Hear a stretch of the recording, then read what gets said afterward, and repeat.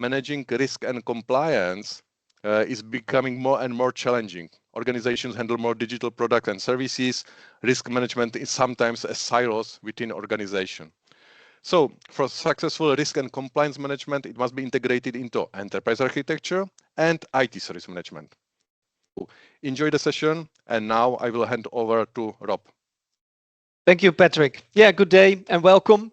Here you see also the agenda for the session today. First, I will provide a high-level overview of the key challenges and the key developments in risk and compliance and how to integrate that into your IT service management and development practices.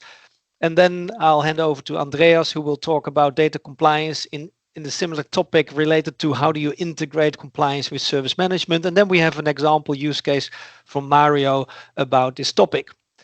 So let's start with the introduction. We all have these challenges nowadays to manage this digital supply chain of managing our digital products and services, as Patrick was saying, planning things, designing things, building our components, testing, deployment, operations, and continuous improvement. And more there's a need to create an integrated digital delivery model from idea to production and continuously evaluate and improve. And we use different practices. We have DevOps, ITIL practice, TOGAF, for example, for enterprise architecture. And all with the goal is to deliver the best outcome for the business and optimize our customer experience. But we deal with a lot of challenges nowadays. And today we're going to talk about risk and compliance. And this picture demonstrates a bit what are the key challenges that we see nowadays in this ecosystem of risk, compliance, security. And we see many different requirements appearing from a compliance perspective. Think about GDPR for data privacy, but also NIST 2, DORA, the AI Act. So we see many more frameworks and requirements coming to organizations, and they need to demonstrate compliance. But this is one of the challenges, compliance. But compliance is not the goal by itself. It's really about ensuring we deliver the value to our business and our customers. So ensure continuity of our services, but also protect the data, manage the risks, and prevent issues. And in case of, let's say, real issues or disasters, how can we recover from a disaster? But it also links into requirements such as zero trust. Zero trust is also a new standard and practice within the Open Group. So how do you organize access to resources, or segment out your services so that people can only use or access data or services that they actually need to do their job. So protecting and segmenting the network, your services, your data. We see a lot of requirements related to security, of course, to manage cybersecurity and threats. And for example, we leverage practices such as NIST or use frameworks such as ISO 27000 to manage your security and compliance. Now, what you see is that all the different frameworks and requirements needs to be embedded in our digital delivery model. So compliancy, but also zero trust, your security, and nowadays also not to forget sustainability, use your IT resources efficiently. So that's a big challenge. And often risk and compliance today is very siloed. So for example, we have risk management practices that maintain our controls and policies. Often they publish that to SharePoint and Excel. They perform the risk assessment, such as data privacy and business impact assessment. They do the auditing, monitor compliance, and manage exceptions. But we often see that risk and compliance is its own silo within IT. And they send out tasks to the different, let's say, people working in IT. So what I would like to demonstrate is how should risk and compliance be embedded in your digital delivery model. So let's take an example where it starts with an idea. There's a new demand coming in, or we have an opportunity, and that requires a new digital product to be created or an application. And that typically starts with an envision, a new product or a new service. And we need to register that in our architecture system and our portfolio. And after that, the idea is that we can assess this new product by looking at potentially the data that will be maintained in this product. So a data impact assessment. We look at the business impact assessment. Imagine how is this application impacting my business process? So we need to understand how this digital product supports the business process, the data therein. and identify, how important or critical is this component, but also identify what are the key controls we then need to implement for this application. And then it starts with the actual designing and developing this digital product. And as I mentioned, it's very important that we then provide the ability to include from a risk assessment all the controls that we need to implement. Think about security and privacy by design. During the design, we should already implement things such as maybe data privacy requirements, security, identity management, all those things that you need to embed during the development of your products and services. And then it's part with test management.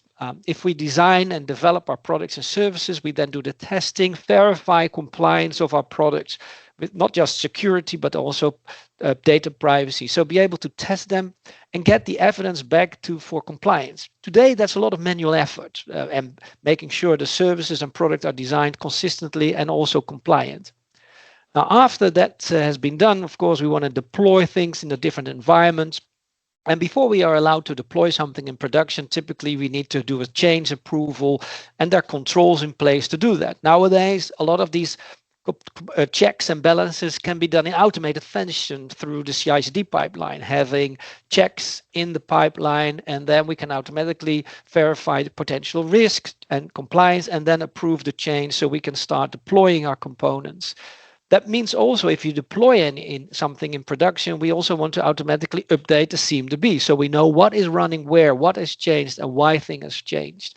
So we can start monitoring our configurations and potentially detect issues there in production, because over time it could be that components are end of life, end of support, or we identify unauthorized changes, we detect vulnerabilities, security issues, and hopefully we can mitigate them through automated incident creation and then maybe restore or change the configuration so that the issue is resolved.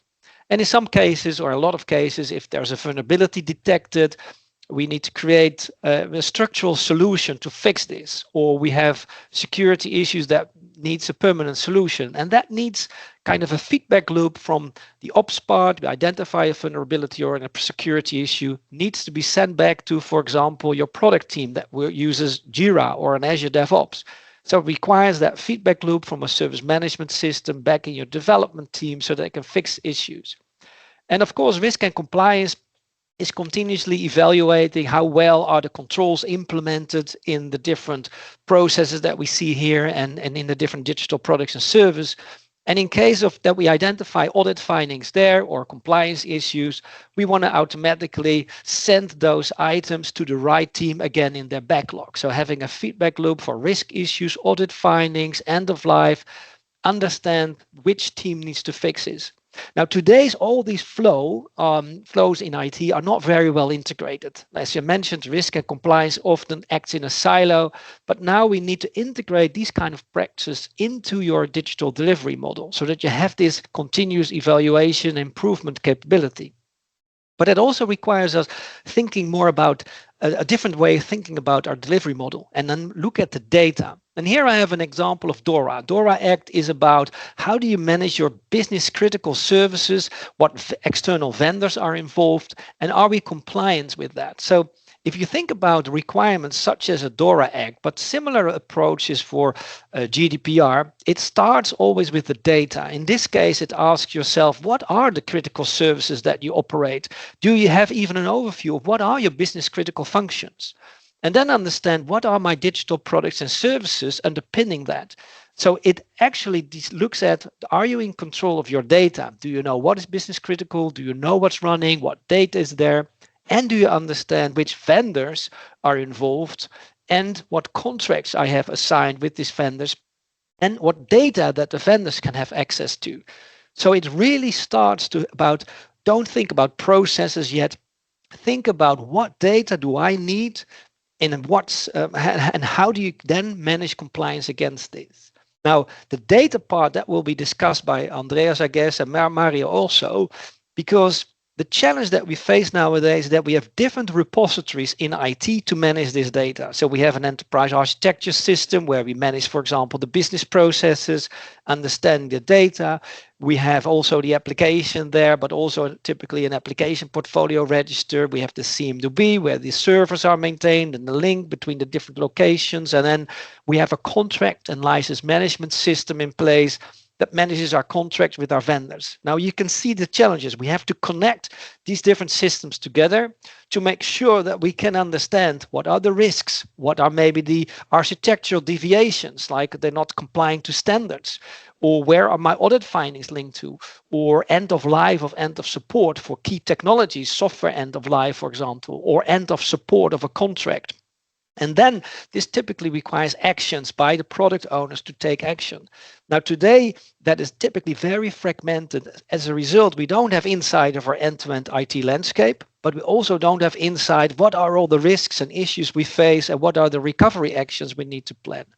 So what it needs is that we need to take a more data-driven approach, understand, let's say, the business processes, the customer journey, the underpinning application, the technologies that we use, the contracts linked to it, the end of life and end of support. But the challenge today is, as I mentioned, is that they are stored in different repositories. We have an architecture repository, we got our CMDB, we got a license management system where we maintain the licenses and the software end of life often as well. And of course, our contract management system. And the challenge is now is how do you make sure that these different repositories are integrated and tied into your risk management system? And this is basically my last slide, because this is where many organizations are currently working on. How can I integrate risk management into my IT delivery? And that means most organizations don't even have a risk management system in place. Often that's Excel and SharePoint. So the need is to have a good risk management system, but that system cannot act in isolation. It needs to be integrated with the architecture system to get insight of what business processes do we have, the CMDB, so we know what's running where and who's maintaining it. What are the software components? So typically, let's say, integrate with your software asset management system. And of course, lastly, also integrate with your contract management system. Let's say, where do you have the contracts with the vendors and when is something end of support, for example. So that if you want to come in control and reduce the manual effort of managing risk and compliance, there is a need to think about this integrated way of working. Think about the data and the integrations that you need. Well, now it's time, Andreas, I'll hand it over to you.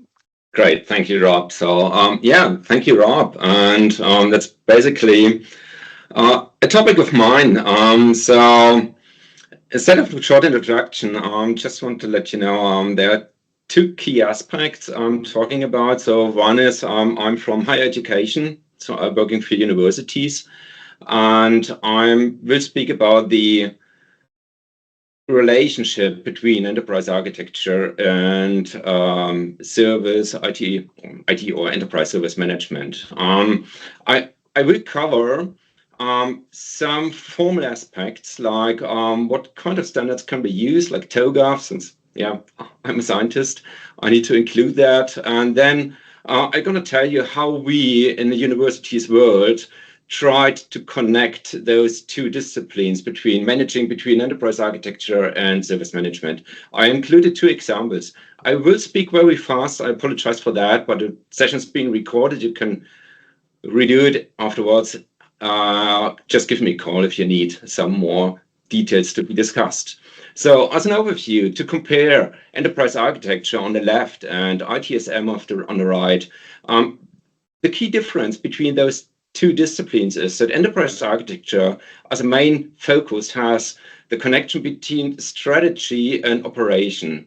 So enterprise architecture helps us answering questions, helps us making good decisions, and managing risks is a question of making a good decision. Do I accept the risk? Do I do something against it? So we actually, in the world of enterprise architecture, when we handle risk management, on the other side, we do have IT service management. So in service management, we care about what are the costs of delivering a service? How do we ensure compliance? How do we bring customer satisfaction? Like what's the best way to deliver automation or digitalization or digital transformation to our customers? And obviously, just as Rob explained, we need to combine those two worlds, and that's not so easy. On the other hand, and I included the latest TOGAF meta model for that. So we see in the TOGAF meta model, the yellow, that's the business layer, that's the business architecture. That's where we speak about business capabilities, where we speak about risk, and where we speak about processes and business services. And we do have well, they switched the colors, green and blue world, which is talking about application services. The interesting thing is that TOGAF, as a standard for enterprise architecture management, already does include services. And that's where we need to connect. So we have, like, that's, you might see that it's a gray layer here. We do have a layer of services that need to be connected to IT service management when we work with enterprise architecture. And that's actually what we did in the university's world. And I'm not only speaking about Germany, so I'm from Germany, but we do have a couple of standards.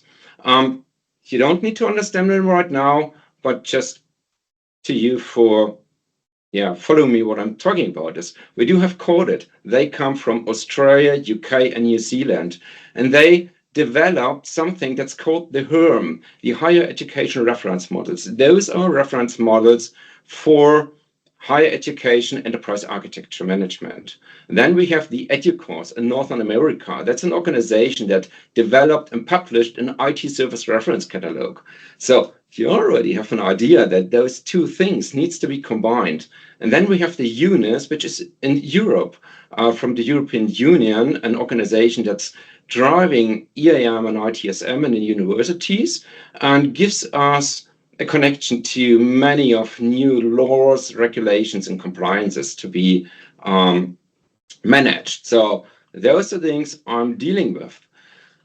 Going back to TOGAF and the meta model, so now this meta model here is in gray colors in the back. We, in our world, aligned our reference model to this standard, going one after another. So in the business architecture, we do have the HERM BRM, that's the business reference model. In this business reference model, we define business capabilities and value streams that are, in our world, that's a good thing in universities. Those are common, like student administration or award management or like research infrastructure. Those are common capabilities over higher education, and we listed them in a structured way. We do have a reference model for that. We do have a data reference model. A data reference model includes data entities like the student as a role or a person as an individual or research material or learning material. We do have that in the reference model as well. And we do have all the application components and technical components in an ARM and TRM. So from Northern America, there came the EduCourse service catalog listing IT services. We have IT services as application services delivering application components and technical services delivering technical collaborations or technical components. And we extended that catalog by business services because universities, of course, have business services as well. But speaking of connecting this world of services with enterprise architecture, we have to take care about those different colored boxes. So we need to connect our services, like business services, what kind of data entities will they use? Or application services are based on what logical application components? And as Rob just explained, those information currently are stored in different repositories using different tools. So we try to align that. You might be familiar with that figure. It's the CSDM, the Common Service Data Model of ServiceNow. This is version 4.0. They are currently developing 5, which will be, I'm speaking as a scientist here, much better because it's much more compliant to TOGAF. And we can align our reference model to this as well. And I will show you in a minute why. So we have the ARM, the BRM, and the DRM defining our data entities, application components or technical components, and we do have our reference service catalog. So even in ServiceNow, we can work with that material that gives us a structure and consistent object descriptions and IDs that we can link later. I will skip the normative part. That's only introducing what can be connected to anything else. It actually lists what's given by the TOGAF meta model, like as one example, an application components implements application functions, and this will be delivered as an application service. So that's we need to take care of if we want to be compliant to TOGAF in the future. Now, to the two examples. One example is GDPR, and I tried to rephrase that as a question for that purpose today.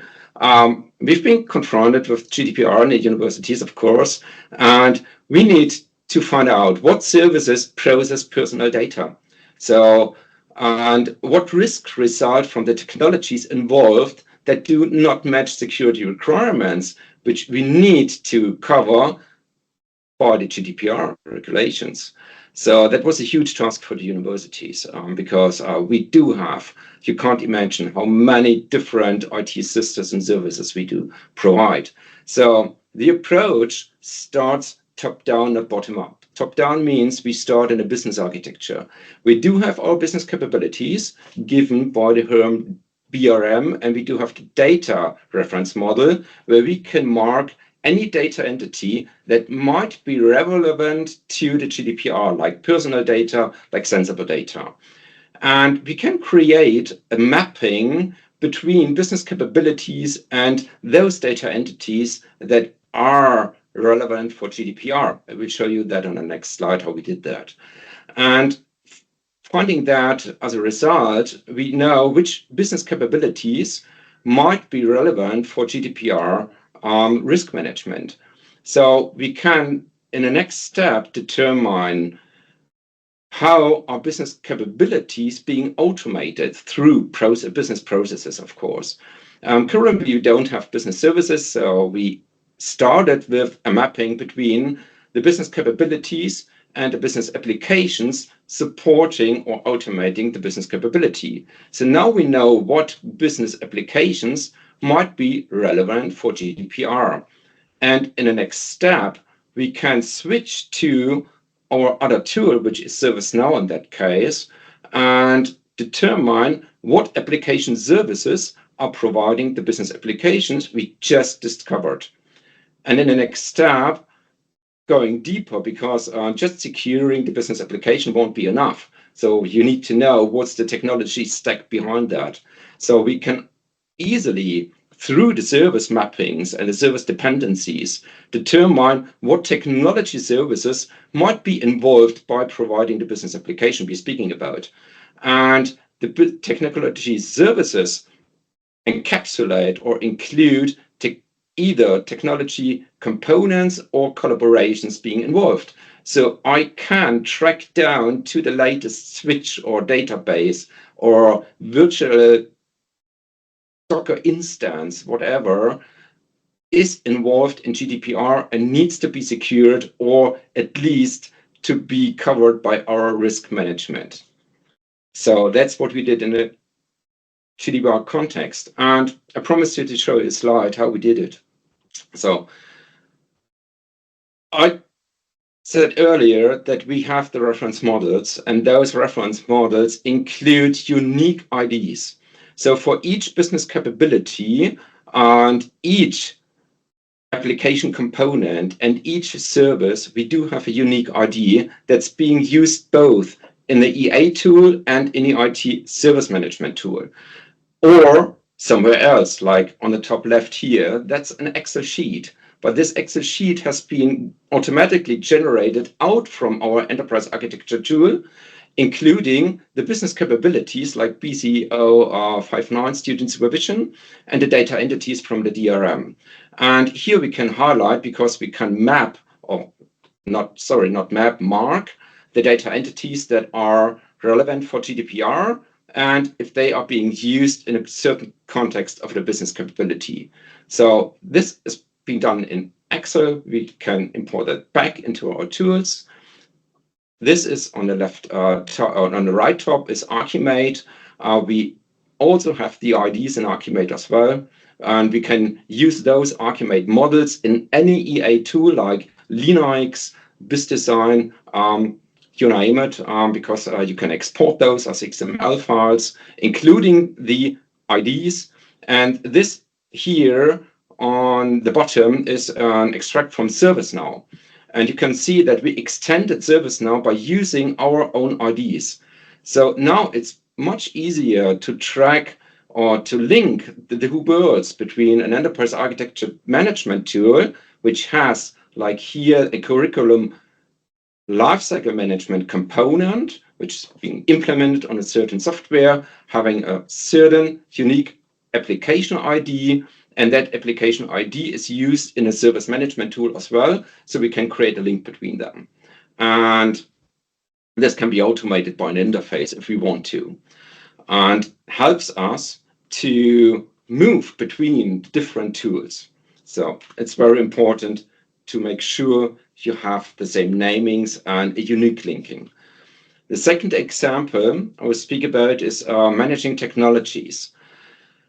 So forget about GDPR for now. We speak about technologies. And in the European Union, I just give you a brief impression what I'm dealing with. This is a network of organizations and rules and laws I have to deal with. And the units I'm working with is only a single one of them. Behind that is the approach to bring universities and higher education closer together, like programs for interoperability. So we need to exchange information between different universities, and at the same time, we need to reduce costs by creating shared services.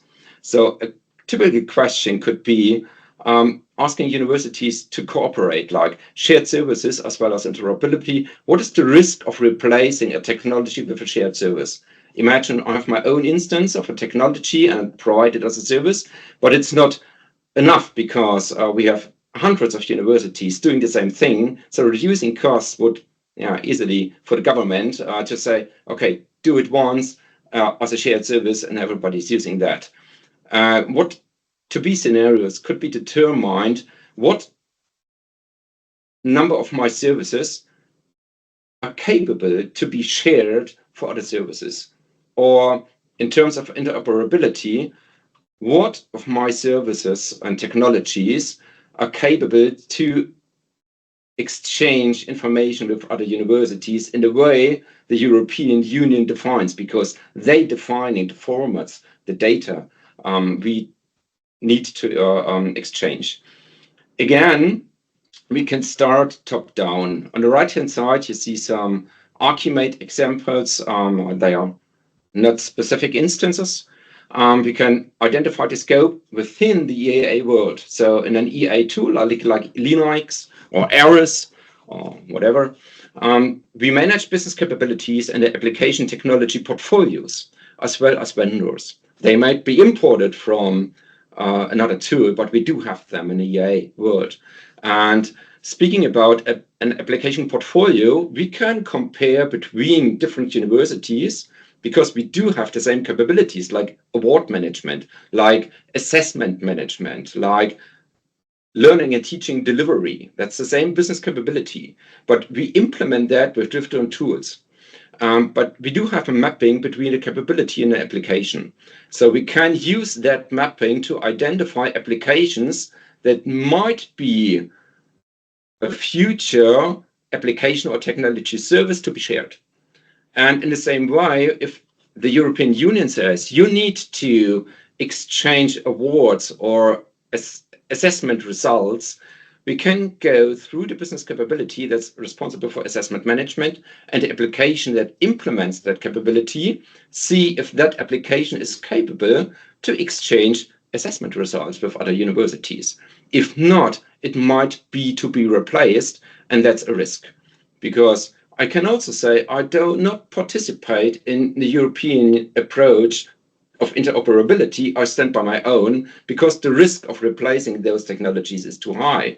On the other hand, if it's not such a high risk, I might just do an update on that technology or application service, include a new interface that can handle those data exchange for the future.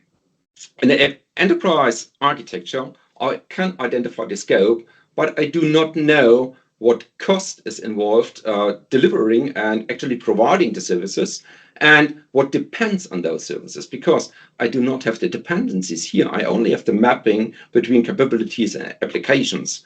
So again, I can switch through the IDs into my ITSM tool, identify what services are involved, what's their life cycle and costs that can be calculated and returned back to risk manager, enterprise architect to create a scenario and provide that to the university's rectors or presidents to create a good decision.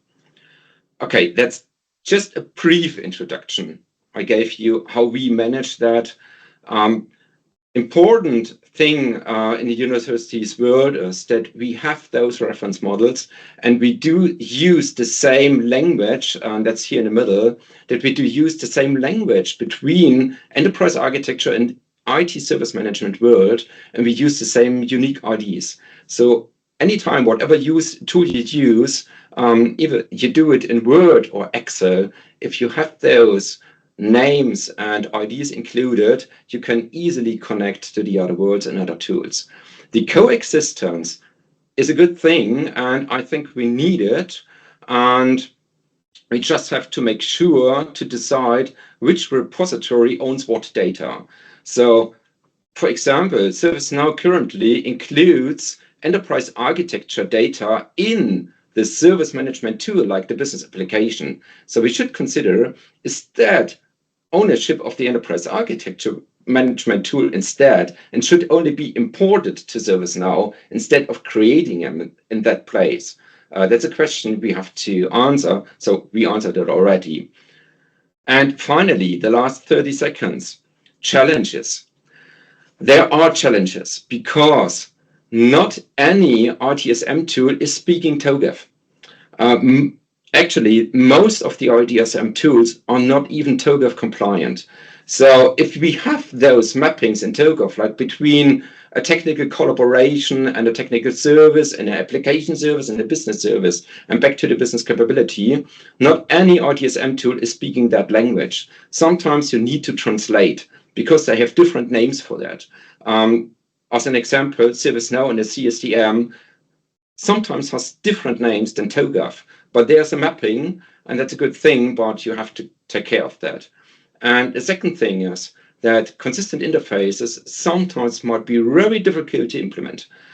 Because just as one example, if you import your current technology instances, which are being stored in a CMDB or C items or CI groups, import them to an enterprise architecture tool to make a decision if we can reduce the numbers of certain virtual machines, for example, can be very difficult because there are too many items in the CMDB and needs to process in some way that we can use them for the enterprise architecture purpose. And of course, there's risk management in that as well. I will be talking today about how we approach it and how our data model in our architecture repository is helping and coping with all the risk, compliance, and all other regulatories. So, but before we jump to it, I will talk a bit about our bank, but I will not be talking about the bank's numbers. I would not tell you much anyway. Those numbers would not tell you much anyway, but instead of that, I will talk about our mission, which is to provide our customers with the exceptional experience, and our vision, which is to be the most recommended banking group in Slovakia. And I can say that the customers that are most satisfied are with Tetra Bank. That's the bank I'm working with, and which is also confirmed by the highest NPS we have received amongst all other banks. But that's just for the beginning. Now let's jump right away to the topic, as we have just a limited amount of time. So our goal is to have a solid architecture repository that holds the data from different layers and acts for this data as a single source of truth. And therefore, we are trying to avoid storing the same data, let's say application metadata, across different toolsets. To achieve that, we have created something that we called our EA central model, which represents the as-is state of our architecture. The picture on the right shows a very simplified service tree, starting at the business architecture level, represented by objects such as the business service and business capabilities, going down through the application architecture, represented with the application-related objects. As I said, this is the simplified version, and I will show the full meta model on the next slide. And of course, we have, as part of the whole service tree, we have the technological architecture as well. What we are trying to do is to incorporate the risk compliance and security to be part of the modeling process right from the beginning, including related metadata that comes with the security or the compliance or the regulatories like GDPR, let's say. And but what you need to understand in the beginning, and I will a little bit connect to what Andreas said in terms of the unique ID. The basic principle is that the application basically doesn't exist until it's being modeled in our EA model and has all the mandatory attributes filled out. And based on that has a unique ID assigned.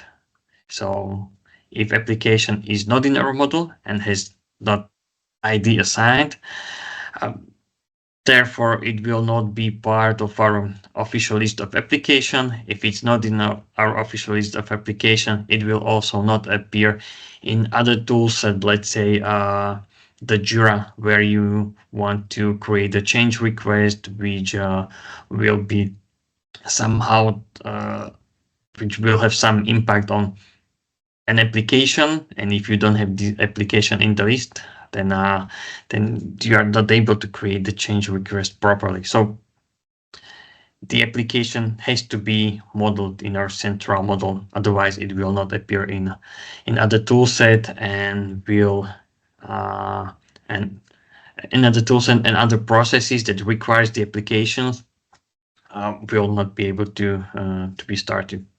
So let's have a short look at the meta model. As mentioned before, our goal is to be the single source of truth but for selected set of data. For that, we are using a BizDesign architecture tool. We are using Archimate language for modeling. Therefore, every application to its infrastructure is modeled the same way, using the same objects, same relations, and same attributes. To ensure that, we have defined meta model, which is shown on the right-hand side, which specify which objects represent what kind of relations are there and should be used, what kind of attributes needs to be filled out for each of the object that are being used as part of the modeling, either application or the technological architecture. So this is much more detailed picture of the simplified service tree model from a previous slide. But the EA model is not a single source of truth for everything, as that is not the purpose of the tool or the data model as we set it up. And we need to have some further data synchronization with our other tools, mainly our primary CMDB database that holds the configuration item details. And I will show you a bit of that, how the data flows are going in and out, and what kind of other tools we have connected to that. So I will walk you through a bit through the picture. So we have many different discovery tools. Tools are here, or there is many discovery tool sets such as vCenters, disk arrays, network devices. I don't know. Here is the Snow agents that we have installed on servers. For that, we have built an ETL tool which receive all of the information from our discovery tools, then do all the magic behind, and based on the rules that we defined, it will basically define what is the golden set of data in regards mainly, as mentioned, the server infrastructure. And then these golden data are stored in Jira Assets. Now it's called Jira Assets. That's our primary CMDB. And now, what are the data flows here? So we are doing regular synchronization between Jira and Enterprise Architecture tool. And we are sending the application data with a selected set of attributes, like application ID to Jira, together with some relations. We are also sending stuff around the technological architecture, what kind of databases we have, application servers, what are the relations mainly connect, and what are the relations not just between the infrastructure objects, but also which application is using which technology component. So this is something that we are sending to our CMDB. And from CMDB, we are taking stuff like the server information, because here it is much more up to date. It consists about data that can be collected automatically via the discovery tools. So there is no need to manually update them in our EA model. So we are doing synchronization for that. Now, as mentioned, we are trying to be single source of truth for selected set of data, and in this picture, we can see that we have the risk management tool called Click, which is taking on a regular basis data about the application and some of the application attributes, and then working on those, doing some further risk assessments and other risk-related processes that our IT risk management needs to do over that. We are also, for example, sending the consolidated data to ServiceNow, which is where our mother, which is RBI, doing the group consolidation of the service tree. So you see that we are trying to enrich our data with some regular updates from our CMDB. So then we are able to provide a full service tree report to, let's say, to the ServiceNow. But as I mentioned, today's topic is about compliance and regulation. So let me jump to the next slide, where I will show you more detailed metadata that are related to this. So all of these metadata are filled out at the application level. And there is a bunch of data that we collect, such as AI category that's related to AI Act, GDPR compliance. We have the CIA data from DORA. I'm missing here availability, as you can see. Something around the security stuff that's coming out of different assessments. And it's, to be honest, it's not hard to define the attributes as such. what is more challenging is to define the list of options for each of the attributes, because these options needs to be just right, and those options needs to be also correct from the governance point of view. So if we will look a little bit in detail, so for GDPR compliance, we had to define like 7 or 8 attributes that are describing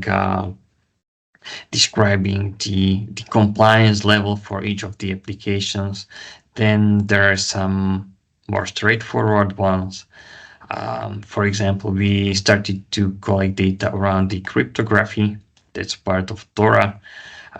Here I just listed 5 attributes. Actually, there are 13 of them, and each of the attributes has several options. So it might be quite complex and challenging to choose the correct options. And at what stage are these attributes filled out and used? So here let me show it a bit. Basically, in our IT or bank, everything basically starts with a new application for which the full demand process starts. As part of this demand process are then started and executed other processes and assessments, as you can see here, whether it's an AI assessment or GDPR assessment. And if it's an application that's going to be deployed in cloud, then we have also something called cloud risk assessments, which consist of several other, let's say, sub-processes that will be kicked off by this. I decided to brought up here 4 different processes that we are supporting in different ways, with different requirements and regulations, and at different stage for each of the process. So let's take the IT risk management. As part of this process, values for CIA are defined. Then these values are stored in our Enterprise Studio, in our EA model, and from this moment, EA model acts as a single source of truth for risk management toolset, which is on a regular basis taking this data together with the applications and those, let's say, not just CIA metadata, but might be some others, and doing some further risk assessment processes that they need to do and need to be complied with. If we take AI and GDPR assessment, in this one, the EA model basically sits at the end of these processes, because the EA model will just store the outcome of those assessments. But on the other hand, it might also create a backlog of work for our GDPR team if the reporting from the EA model shows that some of the applications doesn't have needed attributes filled out, and for example, we don't know for some of the application what kind of GDPR compliance they are, then the GDPR assessments need to be kicked off to fill out this gap. So what I want to say by this is that each of the process is mandatory for each application, and our data model helps us either storing the outcome of the assessments or feeds other tools with the stored metadata. And I have one more slide, which is kind of a bit of a sneak peek into different capabilities that we are able to provide based on the good quality data. We have multiple use cases which we fully automated based on the data that we have, such as I will just pick 1 or 2, like cloud text automation, where we are automatically generating cloud text and feeding it to our CICD pipeline. And that's all based on the attributes that are filled out at the application level. Then we can generate firewall rules based on the technological architecture and the integration that it has with the application and some others. thanks to, let's say, Jira integration. And so, and just wanted to show you that there are many options how you can help your organization with good quality data. And at the end, maybe there is a question whether does it work? Yes, it does, because we can see it with the proofs when we are receiving awards for like innovation and other stuff like mobile banking experience and so on.